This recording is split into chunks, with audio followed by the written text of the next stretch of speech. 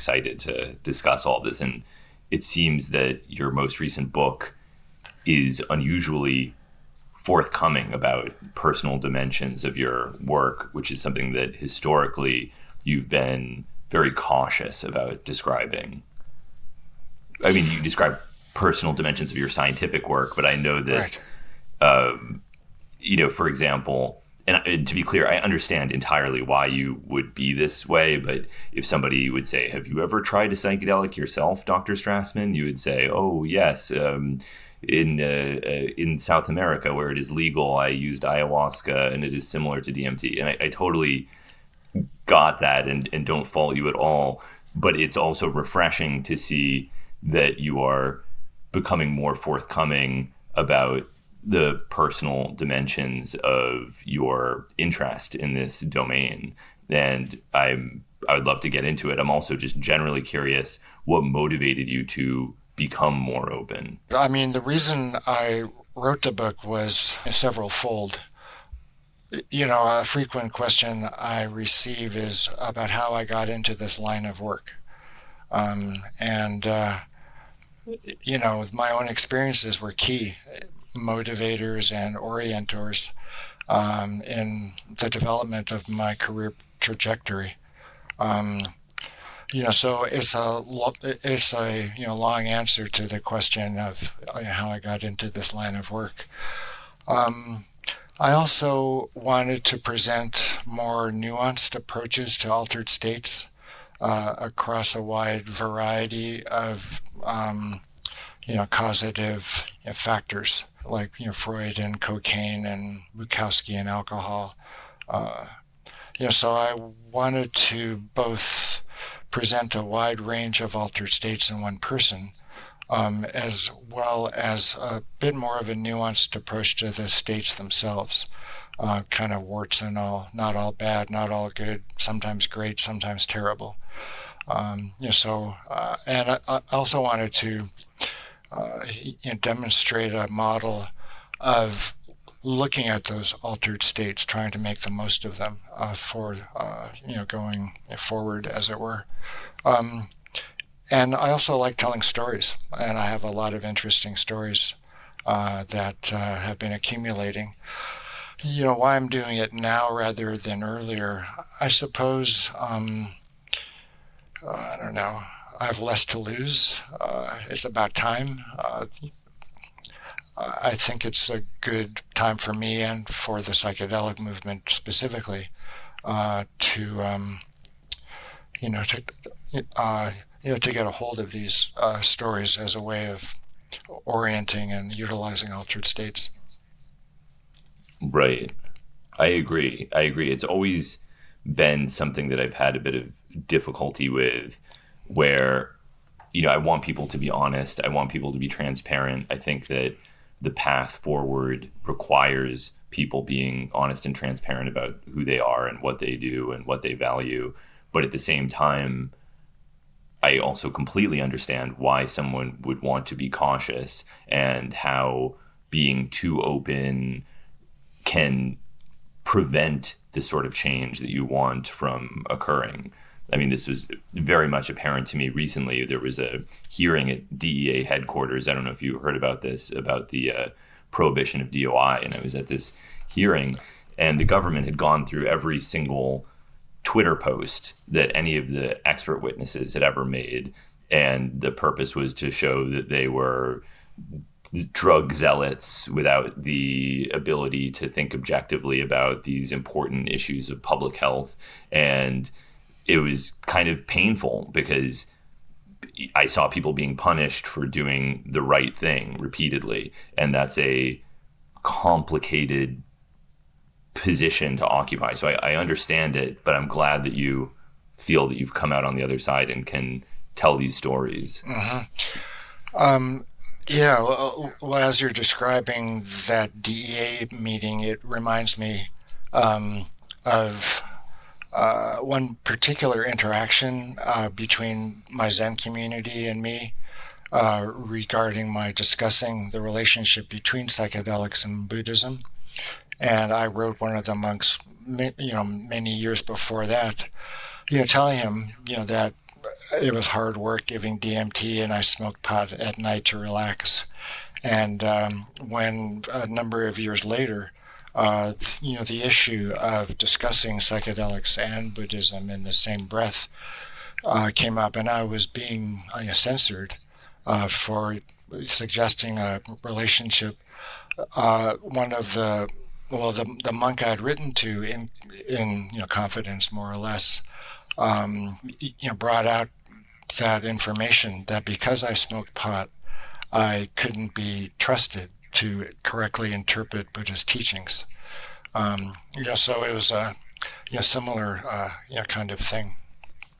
And this is, I don't know if you saw in August, there was, I thought, an extremely bad and obnoxious opinion piece published in the New York Times that had some title like psychedelic researchers are getting high on their own supply. Mm-hmm. And the thesis of this opinion piece was that it's a bad thing that psychedelic researchers have often used psychedelics. It has made their research biased and unreliable. It's never actually communicated why that would be the case. She never makes provides evidence that this is a bad thing, but you don't really need to provide evidence other than saying there is evidence that people have done this, and there's also evidence that sometimes psychedelic research doesn't produce the results that people would want. Therefore, the personal drug use is somehow responsible for this. It was a very weak argument, but again, it was sort of like the DEA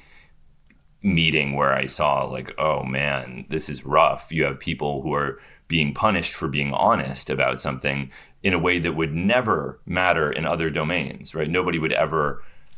They're saying how extraordinary it is that these researchers have used these substances that they're studying when there's nothing even remotely extraordinary about that. I'm sure there are many people who study SSRIs who have also used SSRIs. I'm sure there are many people who study alcohol who've also consumed alcohol. I'm sure there are many people who consume cannabis and have done research on cannabis. I don't think that that's, and not even to get into things like musicologists who've listened to music or, professors of literature who have read. Like the whole thing is just kind of getting a little bit absurd.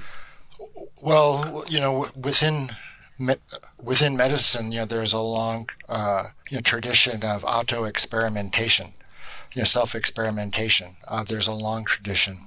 The H. pylori stomach ulcer, connection was from an Australian scientist who drank H. pylori. Some of the early vaccination work, I think, was based on self-experimentation.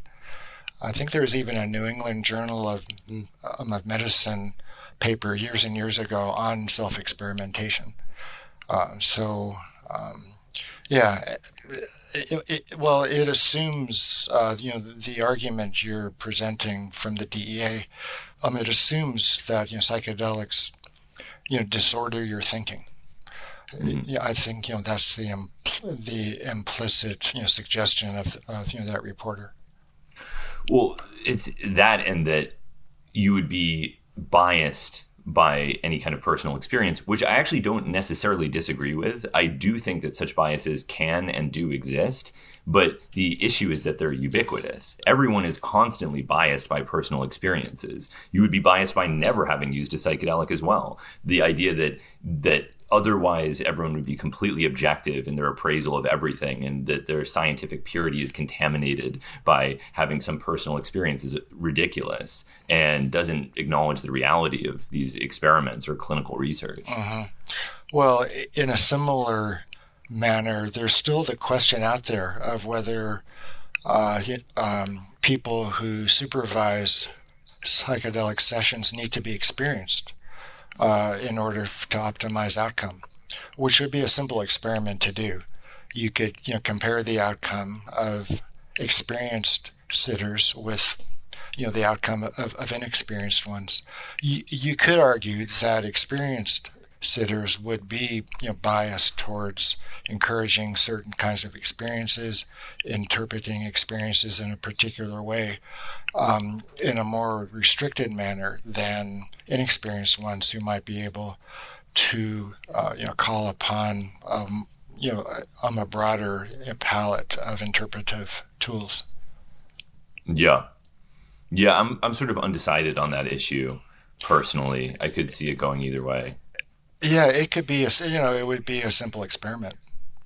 Yeah, yeah.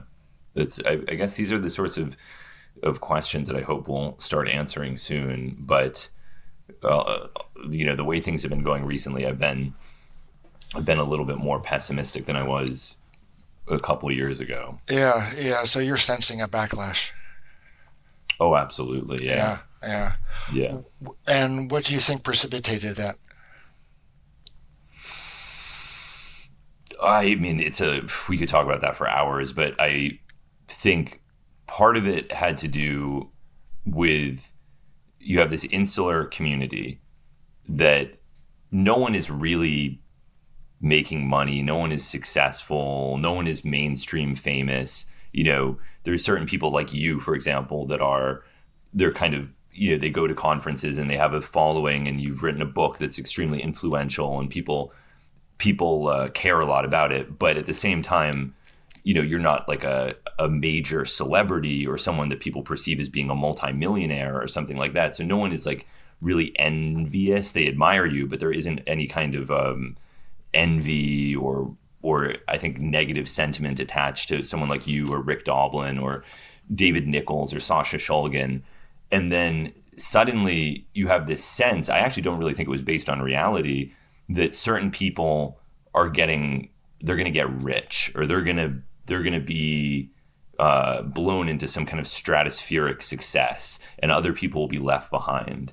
And I think that messed with people's heads, and it created this division in the community that was based on illusory lines. Like, the reality is there are all these news articles saying, oh, psychedelics are a multi-billion-dollar industry, but nobody can decide who should control it. And you think, well, what does that even mean? It's not a multi-billion-dollar industry. There's not a single federally approved psychedelic anything. Right, in the whole world. Yeah, like, so where is this multi-billion-dollar industry? Like, from people selling mushroom chocolates on the gray market somewhere? Like, maybe someone somewhere is making millions, maybe, and good for them. I don't care. But I think the idea of it was off-putting. And what saddened me is I saw a lot of people who I respected, people who were big contributors to the old scene get radicalized and become anti-medicalization. Like, anti-medical sentiment became shockingly common. Something similar happened with cannabis, with the development of Marinol, where there was like a big backlash to that. And yeah, I think that was part of it. But you've known the scene much better and longer than I do. What do you think was happening? Well, I think there were unrealistic expectations built into the media release. I think Michael Pollan's book both did good and not so good for the movement. It made it a mainstream topic anyway. But it glossed over, some of the complexities of working with taking psychedelics. They aren't always beneficial, and they can be quite, challenging, the experiences afterwards and during. So it was kind of a narrow view that the public got, which, is the case with most things. But I think the zealotry and the utopian ideals kind of, laid out in the early, release of a more well-known psychedelic movement or research. So as the therapeutic trials may end up not being quite as positive as one would like, and the adverse effects start piling up, I think that's going to bump into what people are expecting, which is these miraculous cures across the board. Mm-hmm. But I agree that there has been an unrealistic set of expectations laid out, right? Even early on, the idea that suicidal ideation might emerge in some of these therapies was treated as if this is like so unbelievably shocking in a patient population where that's already not uncommon at baseline. So this is, I think, another obvious issue with the medicalization, is that you are evaluating efficacy among people who are already experiencing a lot of psychological difficulty in very complicated ways that most people don't appreciate. I think like that people have this sort of binary sense of you have a disorder like treatment-resistant depression and you have an intervention, and the intervention works or it doesn't work. But you're not really getting into the psychological complexity of being a severely depressed person and being given a treatment that doesn't work. The very fact that the treatment doesn't work is in and of itself depressing. There's a kind of meta-depression that emerges from the lack of efficacy because you think nothing works for me. Mm-hmm. I'm unfixable. Yeah, that's called demoralization in psychiatry. Okay, yeah. Yeah, and it's, I've had that. I think a lot of people have had that experience before. Around this time last year, I was very depressed. I don't really use dissociatives, but I decided to go to a clinic and get a ketamine injection, and it just didn't work. It probably made me feel a little tiny bit worse. Not much worse, maybe 5% worse. Oh, really? Interesting. Yeah, I think if I did feel 5% worse, it wasn't because the ketamine made me worse, but it was because the ketamine didn't work, and that very idea was depressing. I don't blame ketamine for that. I think it could have been something.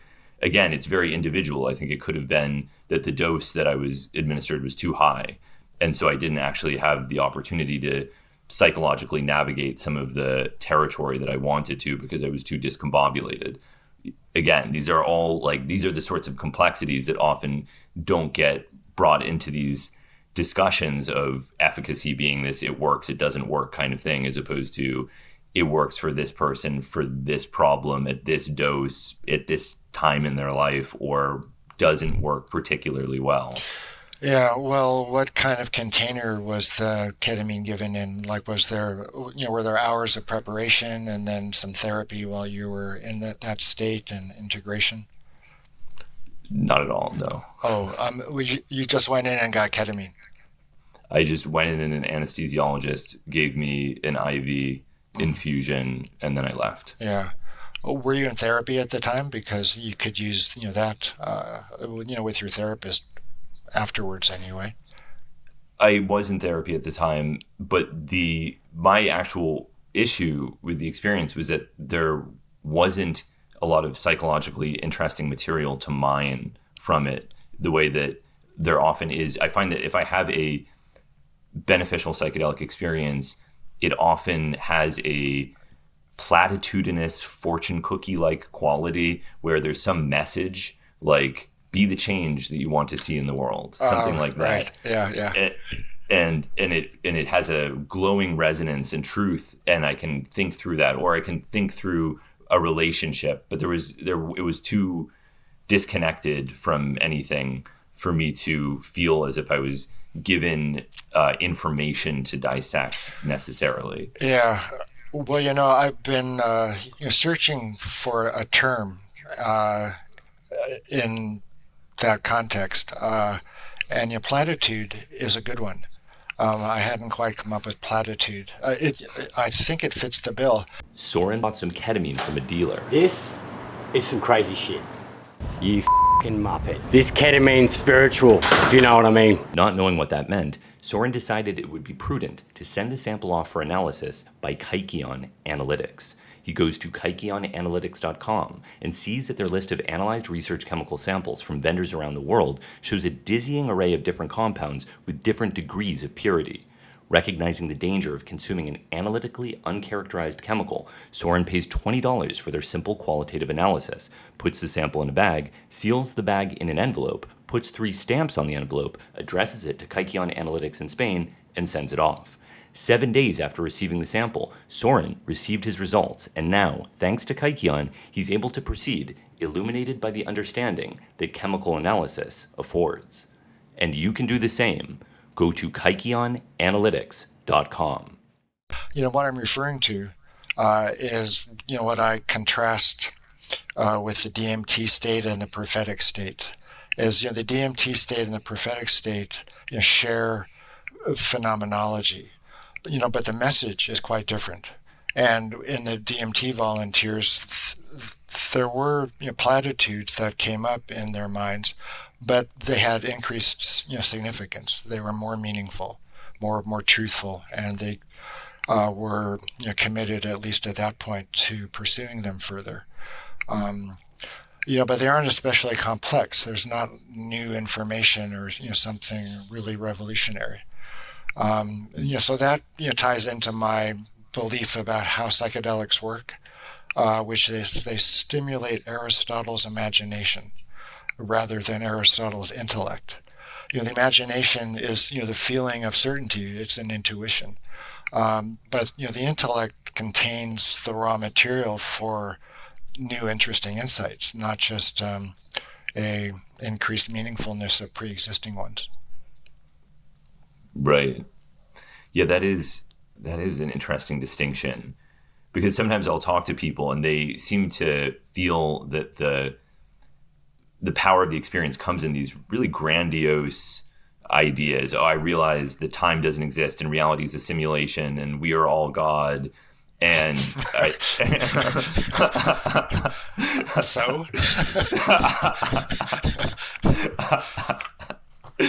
And yeah, exactly. So what, right? But then I think, well, what is actually like a really valuable insight that I've had? And there are often things like, enjoy the time that you spend with your parents because one day they will be gone.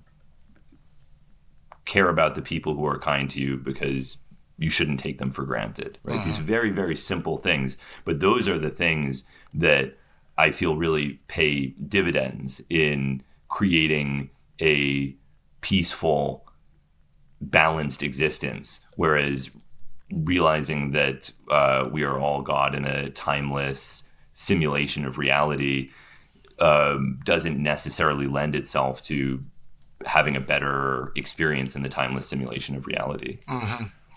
Well, those messages that you're describing, those are words. It's verbal, so, that material resides in your intellect, Aristotle's intellect, so the drugs or whatever work on what's already in your mind.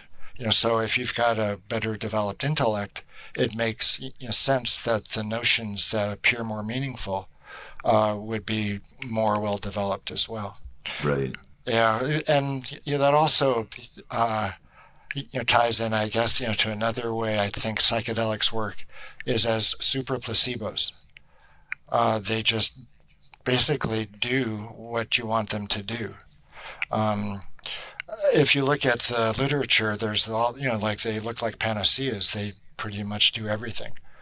So panaceas work via placebo, which is a real biological phenomenon. But I think that that's a generic way of describing why and how psychedelics are so, across the board effective, or seem to be. Yes. I think that's a really important idea, but it also carries some worrisome corollaries. Like, this is one thing that I think about a lot is if psychedelics are super placebos, then they can also be super nocebos. They could be almost anything that we make them, if that is the case. And so what worries me is when I see the messaging surrounding psychedelics moving into any kind of radical direction, my concern is that it will have a accompanyingly radical effect on the experience. So if everybody is saying, oh, all these, the medicalization is all evil billionaires that are going to try to make you a more efficient worker to serve capitalist goals, right? This is something that is not really very well supported by any kind of evidence at all. And so if the idea is that you're going to turn everyone into a cog in this super capitalist machine by giving them mushrooms, it just doesn't seem like that's a good method to do it. But at the same time, what I wonder is, could these ideas, could this messaging alter the very nature of the experience and make it less constructive and more paranoid and fearful for people? Could the sense that they are being harmed by the treatment make the treatment more harmful? Well, yeah, there's a couple of things there. One about the effect, the outcome being even worse than when you started. You'd have to do everything that you could to steer expectation in your desired direction. So if it's a depression study, you'd want to get people hopeful and expecting improvement. At the same time, you can apply the placebo enhancing effect or the increased meaningfulness producing effects of psychedelics in evil directions. Charles Manson, that doomsday cult in Japan that poisoned the subways years ago. Shinrikyo. Yeah, Shinrikyo. So you can use psychedelics for whatever purpose that you're initially interested in using them for, to become more happy, more spiritual, more destructive, more crazy. So expectation is key. Set and setting. If you want one particular outcome, you work on set and setting. Right. And then the other aspect of this is, MAPS was getting criticized ruthlessly, I think, and often very unfairly, for being a therapy cult. And a lot of the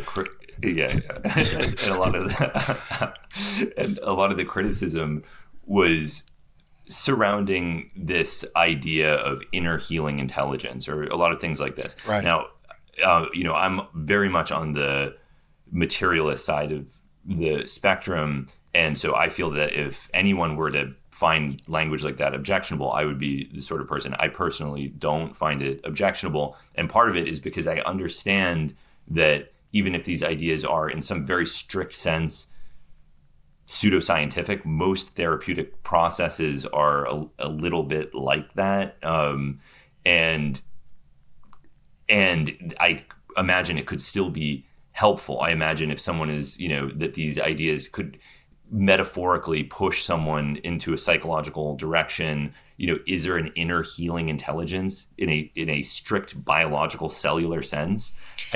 Maybe there is. It kind of depends on how you want to define it, but it seems almost like you're missing the point, which is to give people a sense of autonomy or some kind of control over the trajectory of their psychological improvement. Well, the way that I understand the placebo effect is it recruits the body's innate healing mechanisms. So that's not that far away from an inner healer being stimulated through MDMA-assisted psychotherapy. Yeah. The objection, I think, was that it wasn't a standardized form of therapy that's been used in other double-blind placebo-controlled manners like CBT, DBT, ACT, those kinds of things. Yeah. I think the putting all the eggs in the medicalization basket isn't the only way to go. A number of years ago, I helped organize a meeting in San Francisco during a Bicycle Day event. The Greys were there, Ralph Metzner, Jim Fadiman, a couple of attorneys. And we were talking about starting an above-board church. And my argument was it's just paperwork. Ralph kept on saying and insisting, keep it underground. What's the matter with the underground? That's all we really need. So I think perhaps more emphasis ought to be on developing the underground, make it more peer-reviewed and certified and kind of on the up and up, rather than being a location for shady characters sometimes. I agree with this completely. Yeah, and this is a whole discussion, but I've been working with a few other chemists to create what is essentially a peer-reviewed Erowid, a sort of a scientific journal that's peer-reviewed for self-experiments that will have analytical information concerning the compound that has been used in a voucher specimen so that it could be later corroborated if somebody wished to do that. And I feel that something like this is kind of a perfect way of getting that information available to people in a more rigorous way without having to deal with the endless institutional bureaucratic red tape, which you are more than almost anyone very familiar with. Yeah, and I think I think you could extend that process in the vetting of the people that sit for you too. This podcast is also brought to you by Lucy Nicotine, a company that makes nicotine pouches, nicotine gum, and nicotine lozenges. I particularly enjoy the apple ice flavored nicotine pouch. It is a refreshing and well-formulated product. If you don't already use nicotine products, I recommend you don't begin. They're habit forming. But if you do, I think this is the finest nicotine product on the market. Thank you, Lucy. And in case this isn't already obvious, warning, this product contains nicotine. Nicotine is an addictive chemical. So one thing I was thinking about just now on the break, we were talking about what may have precipitated the backlash against psychedelics, which seems to have at least started. I think one of the, I think an additional reason was the conflating of religion and science that occurred at those early studies at Hopkins. I think that was both an intelligent approach, but also stirred up, I think, a hornet's nest in a way of was there a theological motivation and interpretation of the Hopkins studies and their data, or was it secular? So I think that's kind of muddied the waters. The religious study, the religious leaders' study at Hopkins, still hasn't been published, and I think part of it has to do with kind of the blurring of religious or theological and scientific streams. Yeah, that has not been as publicly discussed, but it's one of these threads, that there's this task that has been set before everybody. How do we create a culture where people are free to use these things and study them and learn about them? And you have these different paths. Make it part of religion, make it part of medicine. And of course, no single path is going to encompass all of the different relationships that people want to have with these things. It's really nice what happened with cannabis. Obviously, it took a long time, far too long. But what you get is a situation where you have something approximating actual freedom, where if somebody said, yeah, I'm religiously interested in cannabis, I have a cannabis church, you'd think, okay, that's great. That's not really how I interpret the cannabis experience, but that sounds good for you. Sounds really nice. I hope it's beneficial for you. And if someone said, oh, I have an inflammatory disorder and I use cannabis, it's just a medicine, I don't like getting high, you'd say, okay, that's great. That's fantastic. And if someone says, I just like getting high, that's it, I just really enjoy getting high, you'd think that's good. Like, all of those things are completely fine. They don't exclude one another. And we can accept that they're all completely valid modes of interacting with cannabis or cannabinoids. But we haven't reached that same level of maturity with the psychedelics culturally. There's still so much baggage associated with them and fear. This is another aspect of it that I find a little bit odd, is this, this emphasis of like, well, how do we really know that MDMA is safe? They didn't do sufficient preclinical hepatotoxicity screening or something like that. And to me, this just seems absurd. Right? This is a drug that's been used by millions and millions and millions of people. There's so much evidence that it is not toxic to people's liver, especially under these circumstances, right? I'm not saying that it's without danger, obviously, or that it couldn't ever harm somebody's liver, but in these extremely controlled clinical circumstances, I think that's like really not something that is going to pose a serious threat to public health in any meaningful way. But this is the direction that the conversation ends up, and it's very hard to get get the things back on track and out of these weird detours that keep emerging? Yeah, is it only concern over medical sequelae, or is it psychological, spiritual, cultural sequelae as well? One of the things about the first prohibition against psychedelics, was the social unrest of the 60s and of the 70s, and fingers were being pointed at the drugs, but the drugs only amplified ideas that were already there. So I think it's more the fear of the ideas and the actions that they may lead to than the drugs themselves, if you look carefully at it. Yeah, I mean, certainly I think that was the case in the 1960s. Now it's not as clear to me exactly what the nature of the concern is. It's harder for me to find some kind of a coherent sense of what people are actually afraid of. Well, I think that's one of the reasons that more attention should probably be placed on developing a safe, objective, fair and balanced underground. Yeah. Would you want to be a part of this journal? You met with Jitka Nikodimova, who's the chemist who I worked with for years. She's part of this. It's Nicholas Langlitz, Matt Baggett. Right. Yeah.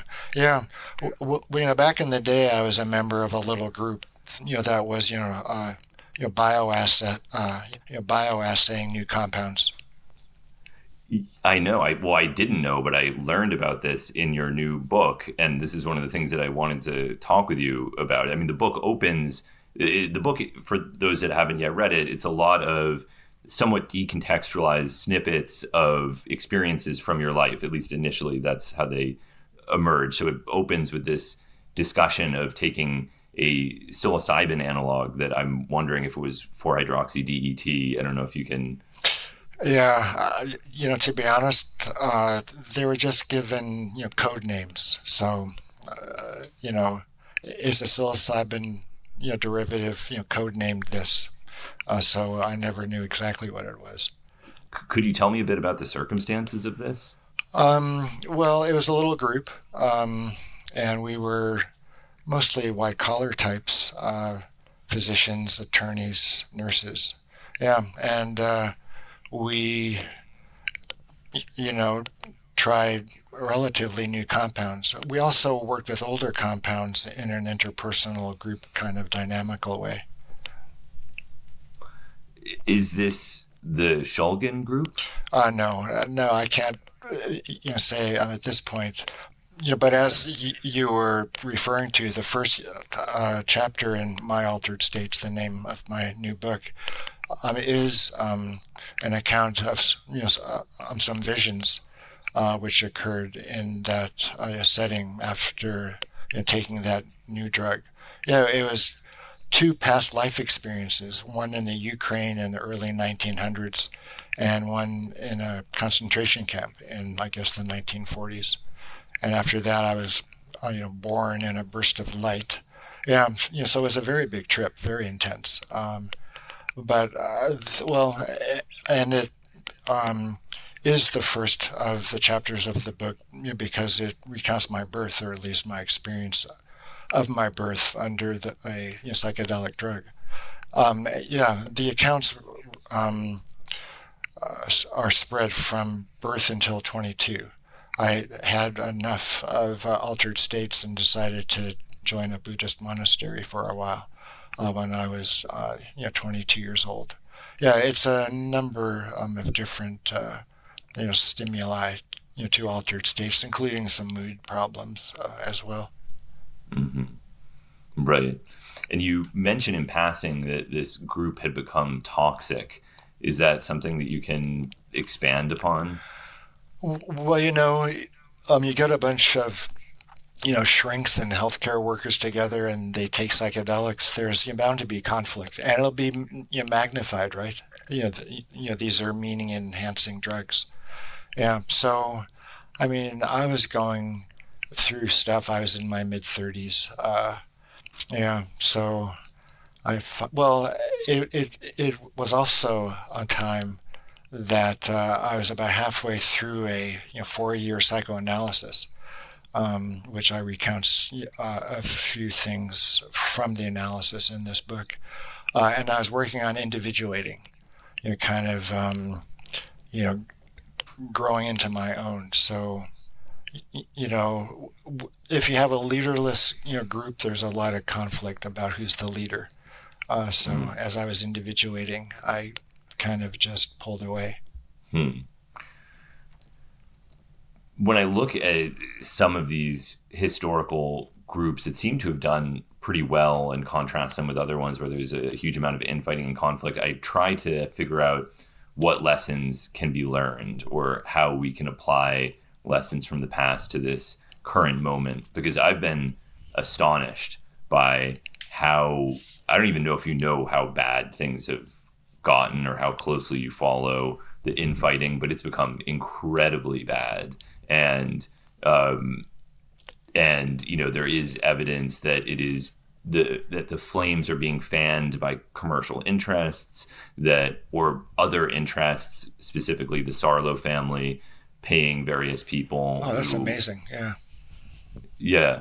Are you following that? Well, from a distance, but yeah, it's fairly complicated. Yeah. Did you know the Sarlo family? I don't think I met George. I think we may have talked once, or we may have exchanged a couple of emails, but we never met. Yeah, and you know that his estranged daughter has become this sort of central figure in financing various anti-psychedelic groups. Oh, no, I didn't know that. That's interesting. Yeah. I mean, I think these drugs just may be too hot to handle. at least for most people. Well, too hot to handle. Well, then what is if they're too hot to handle, then what is there to be done? Well, you need to be able to handle too hot to handle. I mean, you need to be in good shape to trip rather than some, psychologically underdeveloped person. I mean, adverse effects are, if you're describing adverse effects, there's a huge range. I mean, there's personal and psychological, spiritual, but there's also adverse effects among and between people who trip. Adverse effects on your relationships. I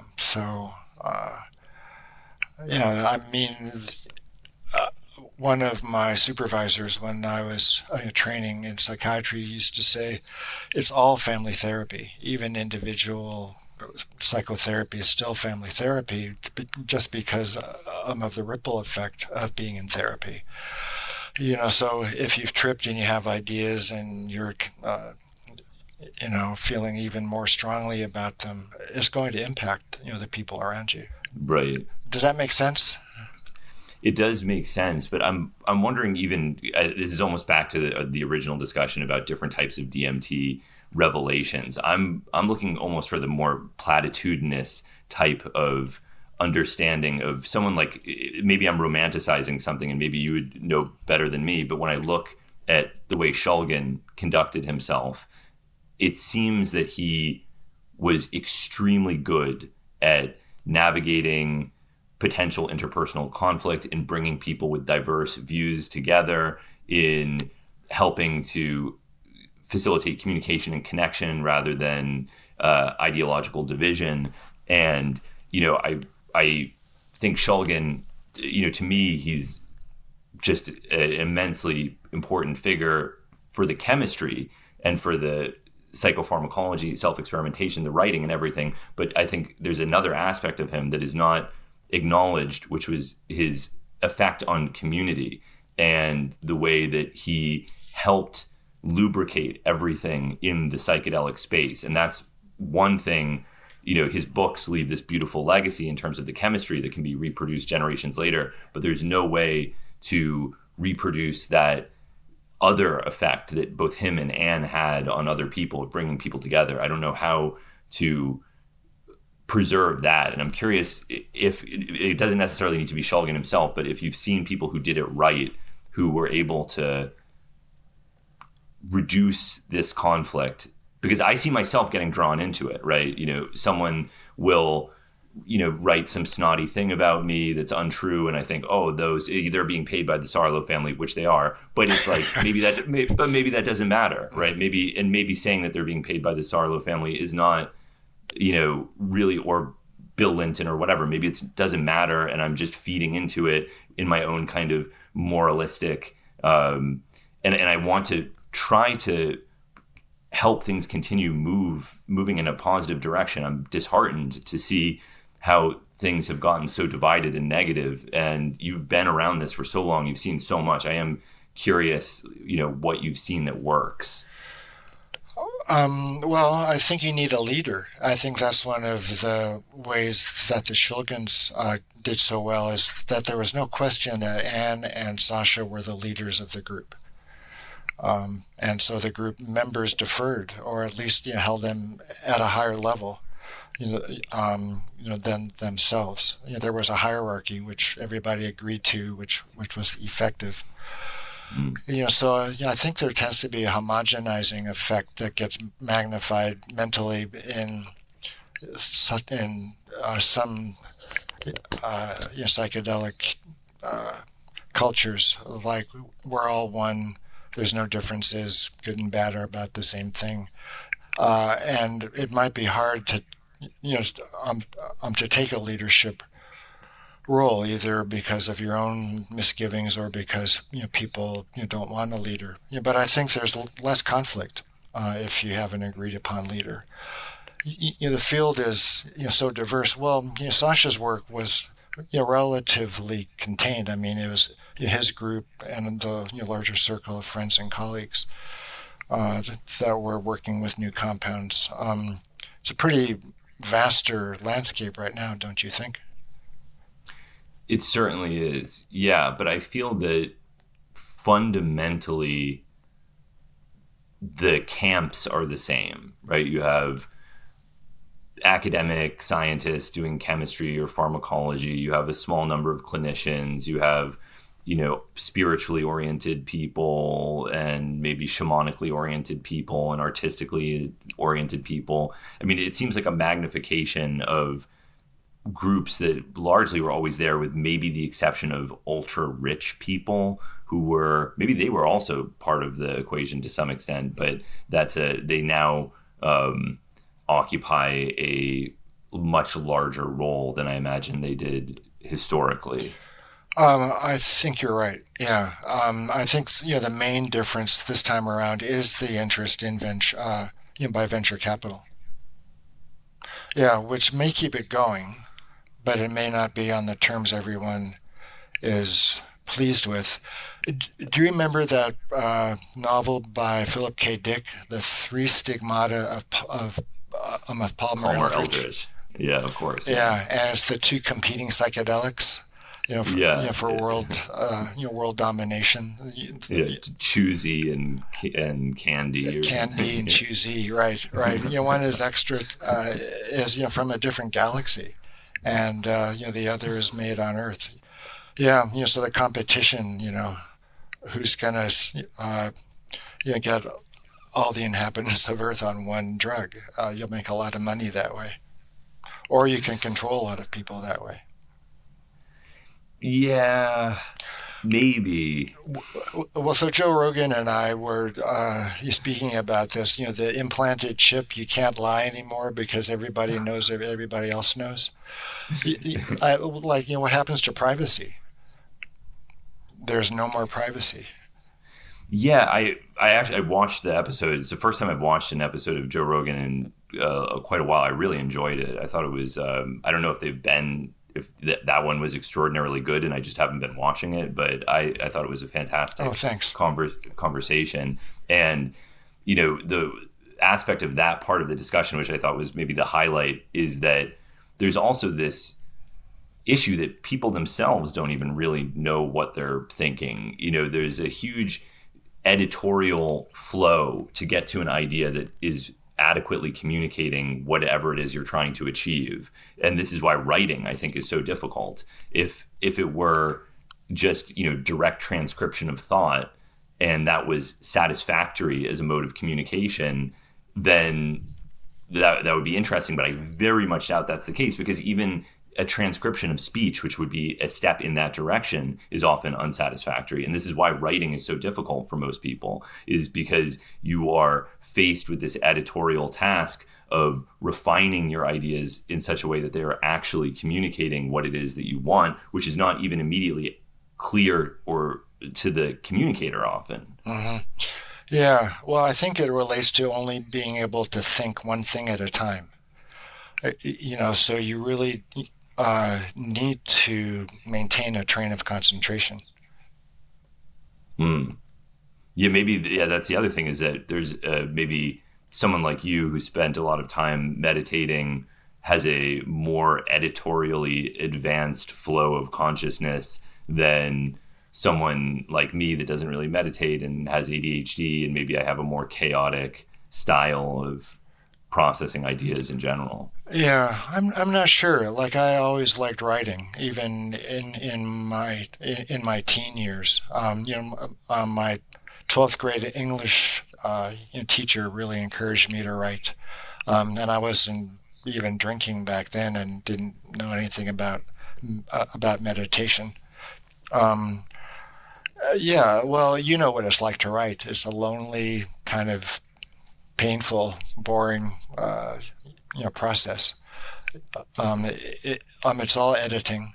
Yeah, my first, whenever I start working on something, my first draft it's simply a mess. So I usually go through 10, 11, 12 iterations of every chapter of anything I've written. Right. And this is why I think this idea of some kind of neural implant that allows spontaneous communication between people wouldn't work, even if it did in some sense work, because the raw flow of ideas is often so unedited and chaotic that it might actually just cause horrible miscommunication beyond anything we've ever even seen before. Instead of being the greatest tool of communication, I could see it being the greatest tool of miscommunication ever conceived. Yeah, a well-known psychological phenomenon is ambivalence.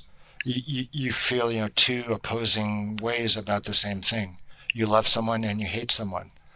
That is a psychological fact. At least according to Freud and the analytic model that has endured. So which of those feelings is the recipient going to emphasize? Like, he hates me or he loves me? You kind of have to choose, because most people are uncomfortable with ambivalence and don't know how to deal with it. So they stay unaware of it. It could just be a huge mess. Yeah, I think if anything, we probably need to move in the opposite direction, which would be increased editing of our thoughts. I think that the general move of our culture has been everyone is more aware of what everyone else is thinking, and yet we're not communicating any better. We're not. All these tools that have been devised to make everyone aware of what everyone else is saying and thinking all the time have, if anything, seemed to cause an enormous amount of miscommunication, misunderstanding, division. At least that's my perception. Maybe things were worse in the past. I don't know. Well, I'm wondering, what is that a function of? Is it human nature, like a unmodifiable aspect of human nature? That we are that we fight, incapable. That we're incapable of getting along, and we fight. The more we know, the more dangerous we get. Yeah, I don't know. Actually, it would seem historically to be the case, though, wouldn't it? Yeah, that's one of the reasons I think, if that is going to occur, like chips in everybody's brain, There needs to be almost a new species of human that's pro-social through and through. And I don't think people would go for that. Why not? Well, you would have to go against your own human nature to agree to change your human nature, and that baseline human nature, it's aggressive. The more information it has, the more it uses it. Not always for the good. Right. Right. And this, I think this did come up in your conversation, but this is always, I think, one of the other conflicts that is present in these psychedelic debates is, on one hand, there is this reality, I think, that pharmacological determinism is a bad idea.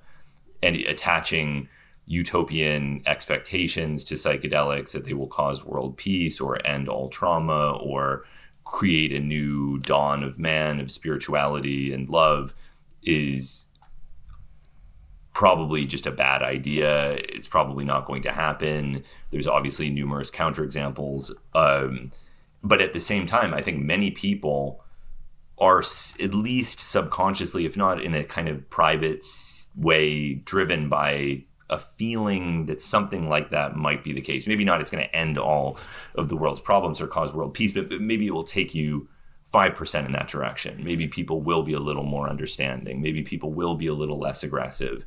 And how do you balance and if not that, why are you even interested in it other than, the psychopharmacologically interesting aspects of any kind of altered state? But many of us are interested in psychedelics because we feel that they maybe have something to them that extends beyond what might be offered by something like morphine or cocaine. Not to say that there's anything intrinsically wrong with those other drugs.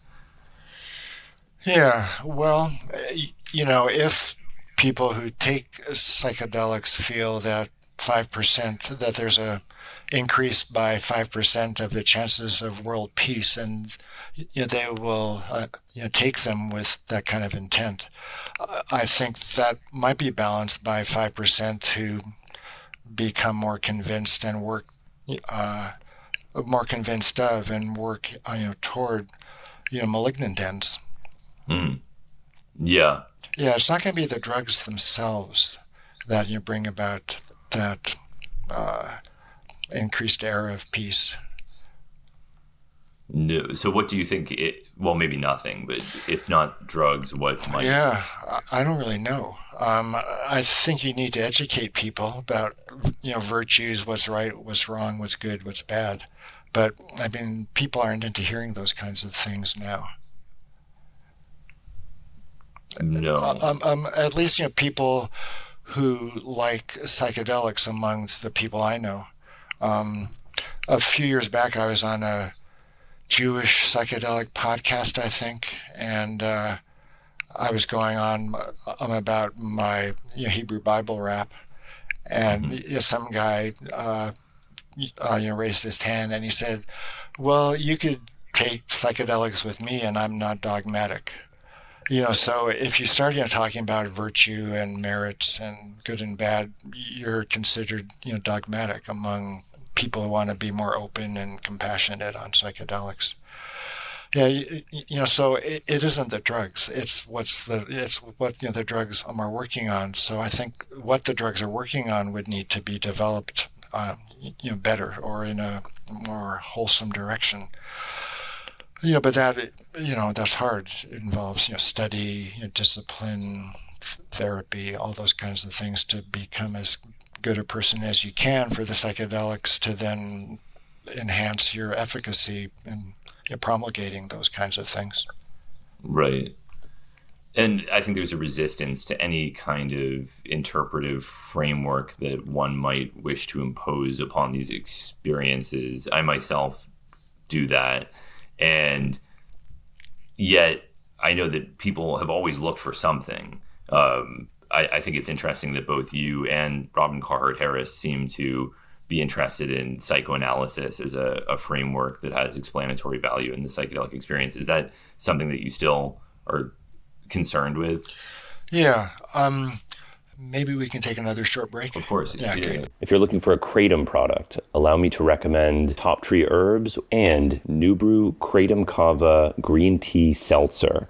Both are third-party tested. These are pure products that I can personally recommend.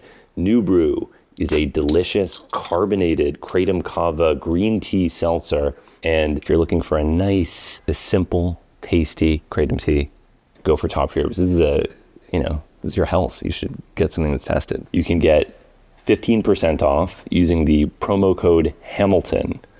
Thank you, Top Tree Herbs and New Brew, for your sponsorship. Psychoanalysis. Right. Well, I've always been an introspective kid, and I got exposed to psychotherapy at a rather early age because of my stammer. I went to speech therapy when I was, 6 or 7 years old, and it was psychoanalytic. We talked about my bowel movements. That was the approach back then. Every psychological condition was treated with Freudian principles. When I went to medical school, the psychiatry department at Albert Einstein was quite psychoanalytic. The chairman was an analyst. Most of the supervisors were analysts, and I really liked the reading. I liked the character of the analyst. It really seemed like a great way to look at the development of personality and how people interact and relate with each other.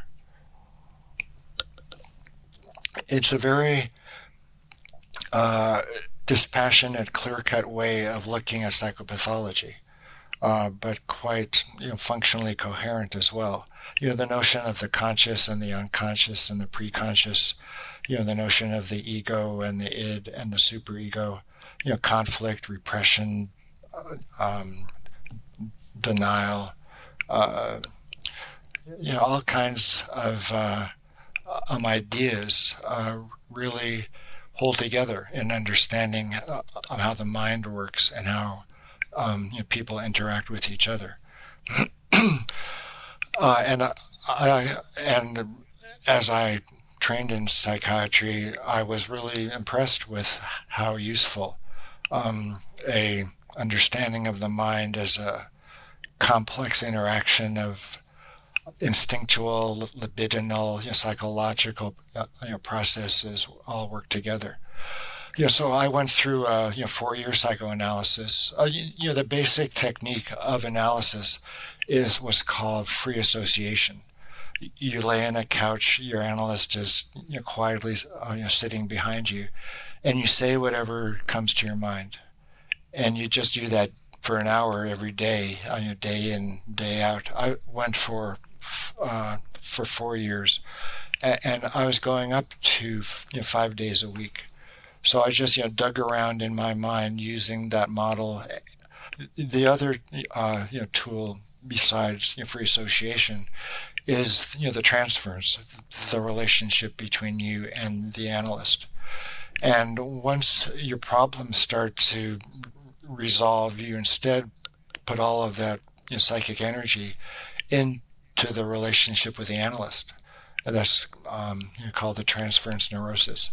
And it's a really deep, crazy relationship. So it appealed to me on a number of levels, both cognitively, academically, abstractly, and at a practical level.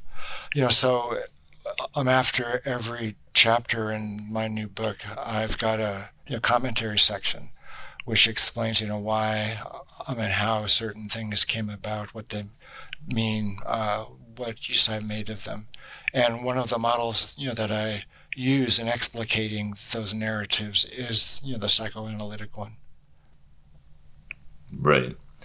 And I understand why on a personal level someone might find psychoanalytic frameworks interesting or constructive in the way that many other frameworks, including shamanic ones, have some kind of intuitive value or explanatory use for a certain person, but they also aren't things that I would attempt to biologically validate or use as a way of understanding the psychedelic experience. Is there something about psychoanalysis that makes you feel that it is valid for? I know that that is the case for Robin Carhart Harris, but I don't know if you fall into that camp as well.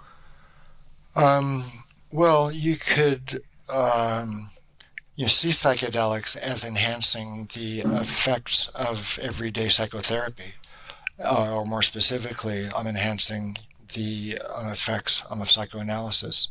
It might improve your ability to free associate. You might be able to visualize conflict in a way you couldn't before.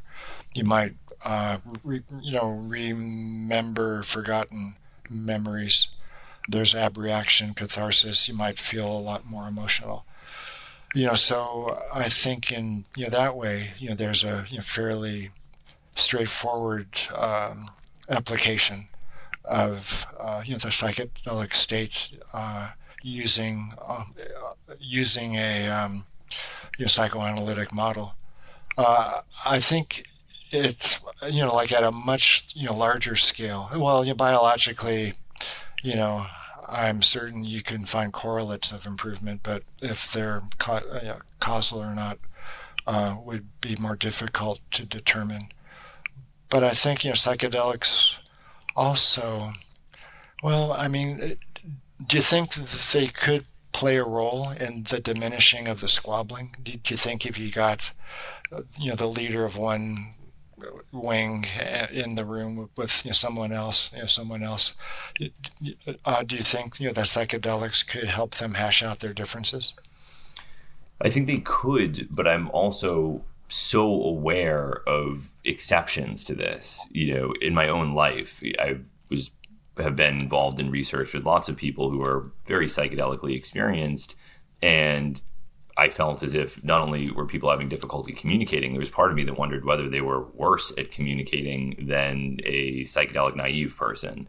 And again, it's so hard to say all of the different factors that can contribute to people not communicating effectively with one another, and what it is fair or unfair to burden a psychedelic with achieving, because human relationships are very complicated, and in some instances maybe having a small amount of compassion or empathy or having a good humored calm understanding of somebody else, or a more playful understanding of somebody else, could be all it takes. But other times you may be dealing with some kind of very deep resentment. The other thing is sometimes you might have a transient positive effect that is not lasting.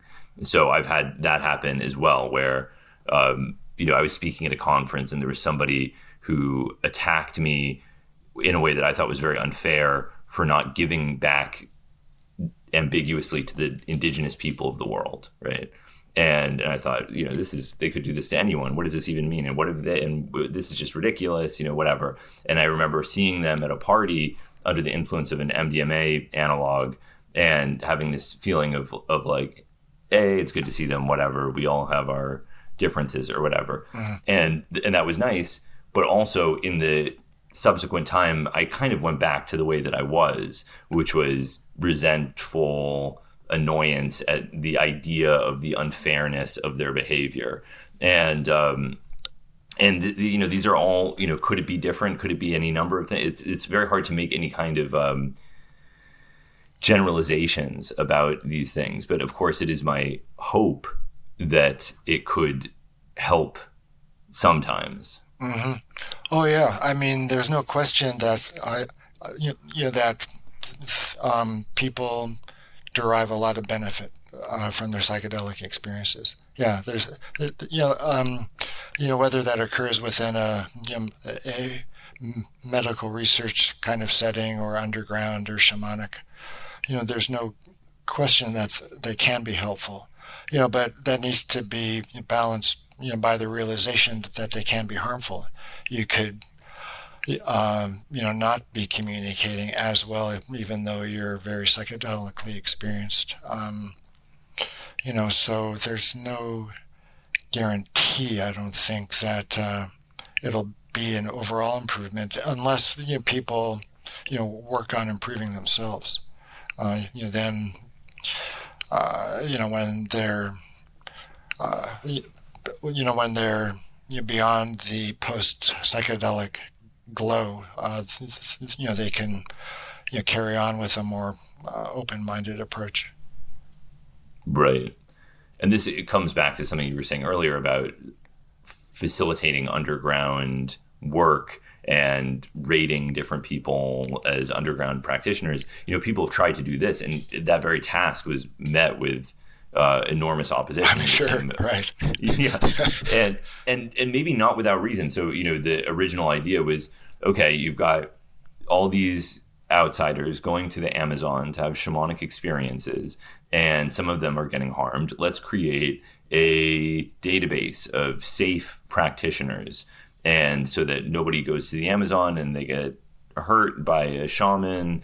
And this way, if somebody does hurt someone, other people can be aware. But then this very idea becomes immensely controversial, because who are we to impose our ethnocentric concept of what is therapeutically responsible on another culture that doesn't exist to serve our interests? And isn't this a kind of potentially xenophobic, weird kind of turning somebody else's culture into like a tourist rating system? And I understand both sides of this argument. I can see it either way, and part of it has to do with the totally different types of psychedelic experiences that people are looking for. Some people may want these very extreme, even painful experiences. Clearly, this is, when you look at some of these traditions like Bwiti in Gabon, especially with some of the older literature, I mean, there's ritual scarification. There's very, very painful things that by the standards of any kind of medical practice in the United States would be considered not just unacceptable, it would be considered criminal. Well, yeah, I think you can describe the phenomenology without taking a stand one way or the other. If people going to, say, for example, retreat centers or other venues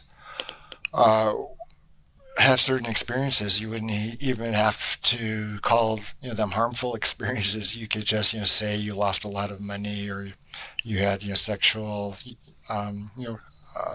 relations with an unexpected partner.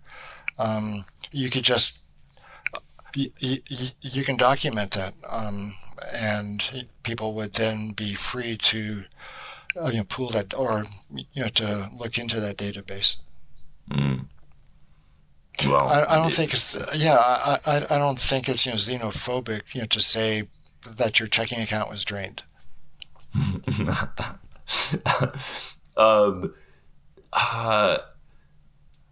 No, probably not. I guess I'd have to agree with you on that. Yeah, it's like black and white. There was $5,000 and another zero. Yes. Yeah. You can judge for yourself if that's good or bad or neutral.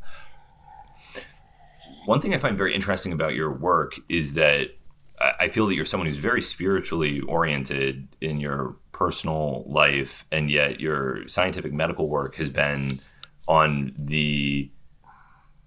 not even in therapy, right? It's been in just pure psychopharmacology for the most part, like the most kind of the most scientifically strict side of human work with psychedelics, with no intention of treating disease or anything like that. That's one of the things I wish there were a lot more of that. The clinical orientation of most human research now, I think, is actually a hindrance, because although I'm very interested in the therapeutic potential of psychedelics, I'm also just curious what they do. And that's why I've always really admired your work, including, these things don't get talked about very much, like giving a human being a 5-HT1A antagonist and then a 5-HT2A agonist and seeing what happens. Like, those are the sorts of experiments that I wish more people were doing. And so I'm curious about your thoughts on some of the more recent human psychopharmacology work. Obviously the work being done by Andrew Gallimore and Matthias Liechti and the DMT-X stuff. I mean, what is your take on all of that? Yeah. Well, my approach to doing my research, being so strictly pharmacological, was an outgrowth of the approach that I was taking, I guess, from a spiritual perspective as well. You can't really determine spiritual effects without giving the drugs in an experimental setting. So I made no claims other than to wish to gain more information, a better understanding of how psychedelics worked and what they did. So I thought it was the most practical way of getting that study going. I also chose to describe DMT as a psychotogen or a prototypical abused drug, as opposed to saying it's an amazing drug, it has spiritual properties. So it was a funding issue as well, scientific approach. Needed to emphasize certain things and de-emphasize others. So that like I had spiritually oriented questions that I brought to bear on my studies, but those were implicit. So what was the second half of your question? I'm sorry. Yeah, I'm curious about how closely you're following the work being done by Liechti. There was a paper that was just published, or Andrew Gallimore, and what your thoughts are on that. I have that Swiss paper here. Yeah. Yeah, that's quite interesting. Well, so what is your opinion about whether DMT causes tolerance to itself, self-tolerance? Based on the data, based on what you've heard. Yeah, I would imagine that it's dose and duration dependent. I know that there was an idea that circulated probably around the time that you were doing your work that it didn't cause tolerance, because I don't think it does under typical patterns of use. But are they suggesting that there's no tolerance whatsoever, even with multi-hour infusions? Yeah, with our study, and it was a study that was published in Biological Psychiatry, 96, I think. Yeah, we gave we gave people a full dose of DMT once every half hour, 4 times. And at least based on the questionnaires and our clinical interviews, there was no tolerance. The effects were as intense the 4th time as the first. So that was what led Andrew and me to start discussing the continuous infusion model that the Imperial group and the Basel group have been doing. Both the Imperial group and the Basel group conclude that there is some tolerance, and they make that statement based on what seems to mostly be a visual inspection of their dose response graphs, the dose response data. They don't present any statistical evidence that there is moderate or mild tolerance. Are you familiar with the notion of clockwise hysteresis?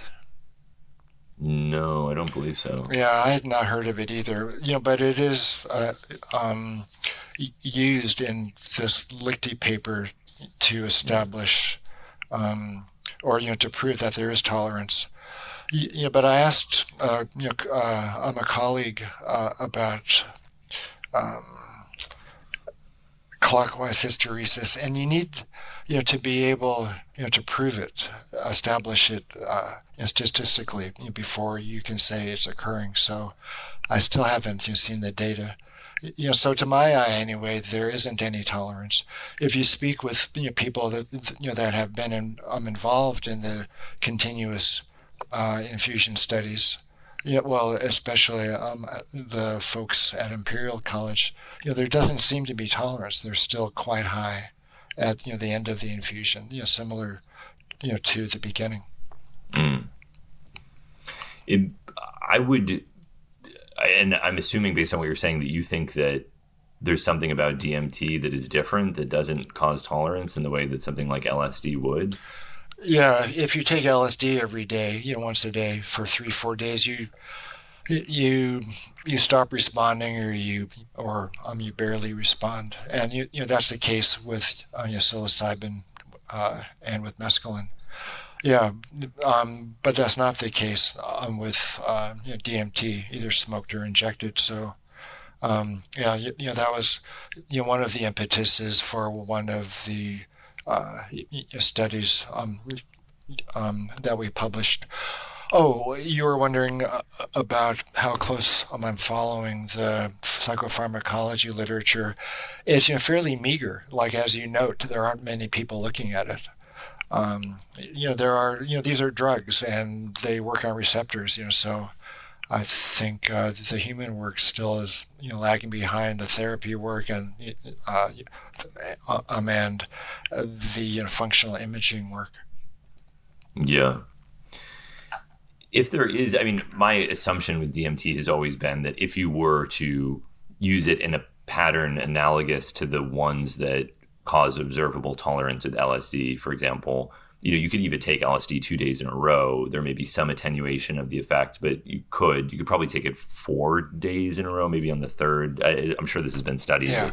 It's not immediate. And Correct. The issue is that those same sorts of usage patterns with DMT seem comparably extreme. Like, even the idea of these continuous DMT infusions is very extreme to people. It sounds like, whereas if you said someone was under the influence of LSD for 12 hours, that's just what LSD does. But as soon as you apply that to DMT, it sounds like you're taking people into a sci-fi alternate dimension that is unthinkable. And so my concern is that you might not begin to observe these tolerance effects until maybe you did 4 consecutive days of 12-hour infusions, something like that, which could be considered too extreme. I don't know. Yeah, that's an interesting idea. Well, the infusion idea came about because of the very short half-life of DMT, just a few minutes really, as compared to LSD. So if you want to stay in the DMT state, you would need to give it continuously. The previous study in humans was at NIMH. They gave it twice. They gave DMT twice per day intramuscularly, I think for 4 days, and there was no tolerance. But if you consider half-life, twice a day didn't make any sense. And has this not been done in rodents yet? Oh yeah, it's been done in rodents. It's been done in cats. There's an interesting cat study from this, I think from the 60s or the early 70s. Domino's lab in Ann Arbor. They gave a big dose of DMT to cats every 2 hours for 21 days, and there was no behavioral tolerance. Wow. Yeah, I've never seen this study. Yeah, it's an amazing study. Yeah, Domino is one of the authors. Oh yeah. He was a legend. Mm-hmm. Did you know him? I met him at one of these conferences, the ACNP probably. Yeah, exuberant, a really great fellow. Yeah. Out of curiosity, did you know Carey Mullis or ever cross paths with him? No, we never crossed paths. I did meet Francis Crick, though. I had lunch at his place in La Jolla. Yeah. Well, that was fun. We were standing.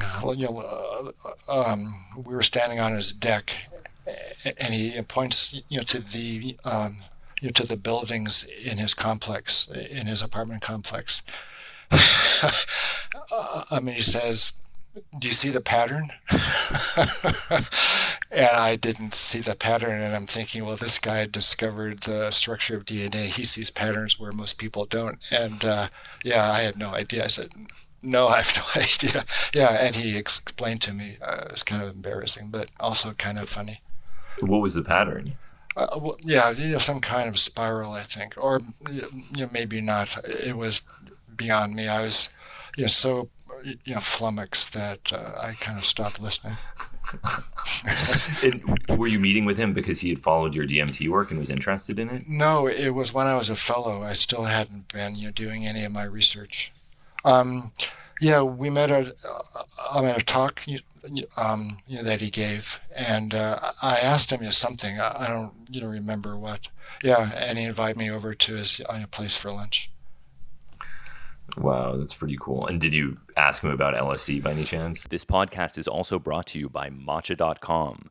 Grab a traditional matcha bowl or your favorite mug and enjoy a hot cup of matcha first thing in the morning. I don't drink coffee, but I think matcha is a wonderful way to start the day. It contains L-theanine, it contains caffeine, which is what I'm most interested in, and it has all sorts of purported health benefits. Matcha.com was founded by psychedelic pioneer Dr. Andrew Weil. All of their matcha is imported from Japan and third-party tested for heavy metals. It's delicious, probably healthy, and certainly stimulating. So enjoy a cup of matcha from matcha.com. And did you ask him about LSD by any chance? Man, I wish I remember if I did ask him that. I was so starstruck. I don't think I did, or if I did, I thankfully forgot. Because I've always been so curious about that early era of researchers and to what extent psychedelics truly did influence them. I mean, with Kary Mullis, he writes about it pretty extensively in his autobiography, including synthesizing DET and taking it. And yet I've had so much trouble finding out any additional information about that beyond what he wrote himself. It's as if no one ever really spoke to him about those things. Yeah, I've never met him or conversed. And when we last spoke, you were working with some of these pharmaceutical enterprises. Are you still involved in anything like that? What's your current... Yeah, I'm not involved really. It looked like, when things, burst out, I was very busy consulting for maybe 6 months or a year. Yeah, but it has really quieted down. I'm not really, providing consultation or anything like that, for anybody right now. Yeah. Yeah, things have definitely taken a slowing turn.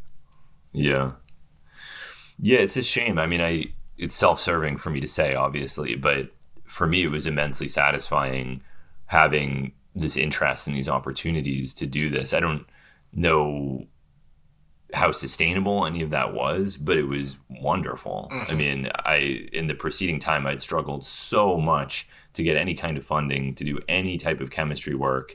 And suddenly it was multiple people competing to support work. It was a wonderful thing.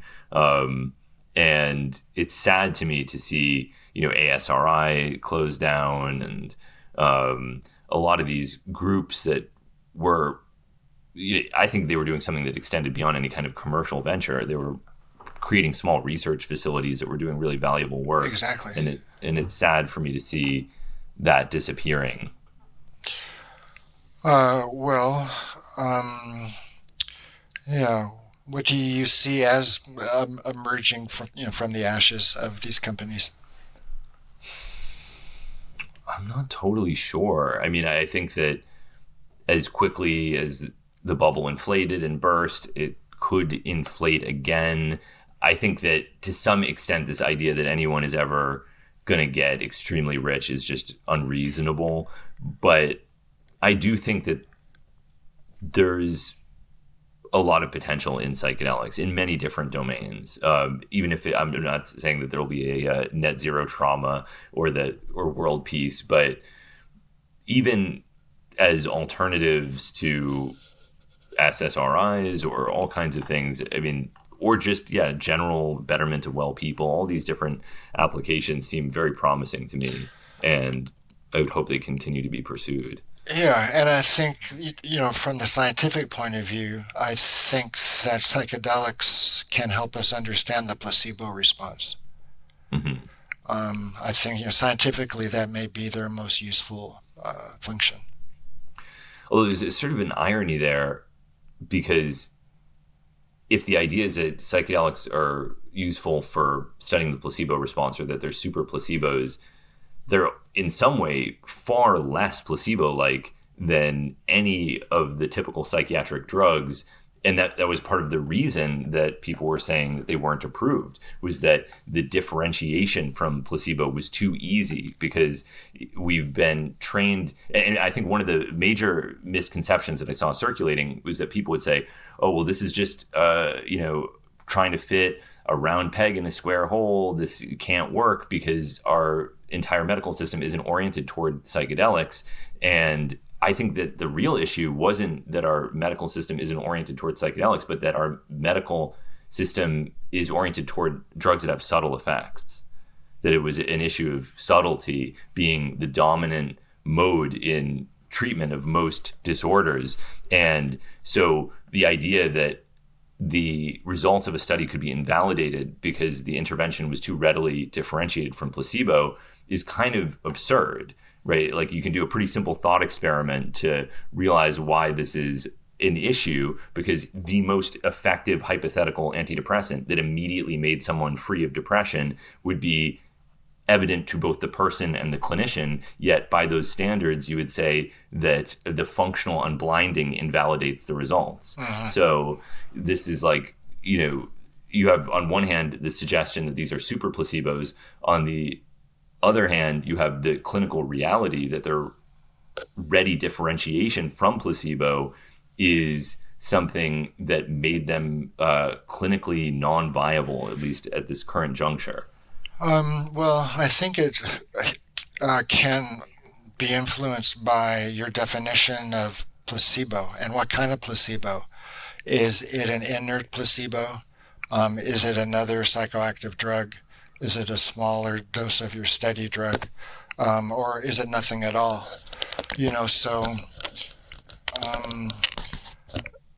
I think one of, and along those lines, are you familiar with the notion of open label placebos? Yes. Yeah, you tell people they're going to receive placebo, an inactive drug, but at the same time, what they have is a placebo responsive condition, and you may improve on placebo because many people do. So you're painting the placebo in a more positive light. It isn't a bad thing. It may be effective, maybe just not as effective. So I think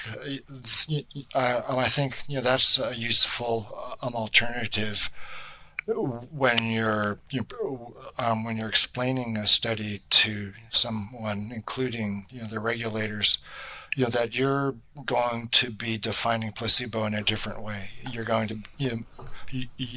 to build expectations of placebo response. So then I think you're able to make a more careful differentiation.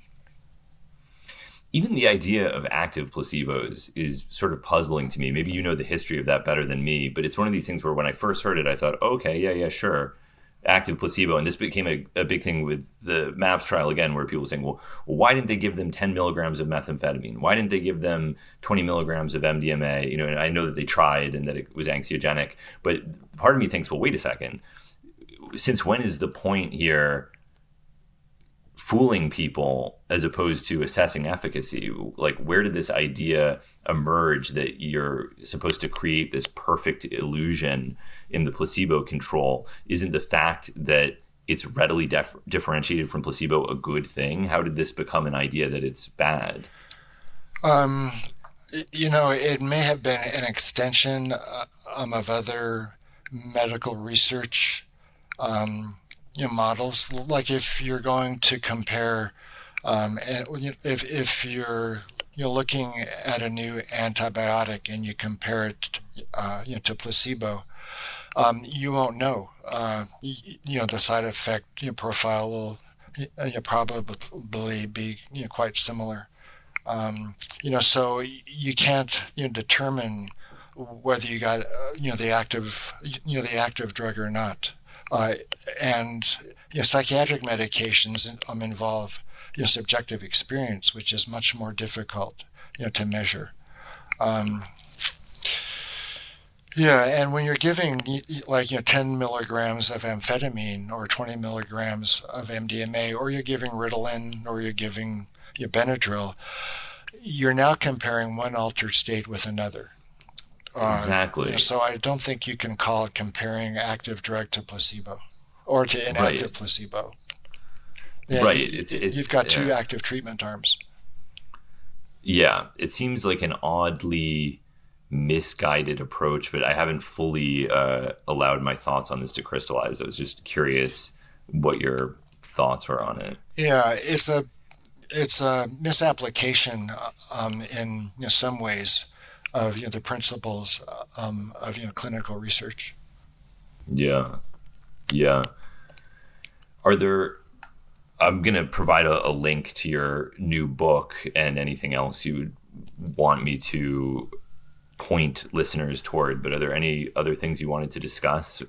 If people are interested in ordering the books directly from me, you can go onto my website, rickstrassman.com, or it's on Amazon, Barnes & Noble, etc. Yeah, and I have a Facebook presence. It's not rip-roaring, but it is there.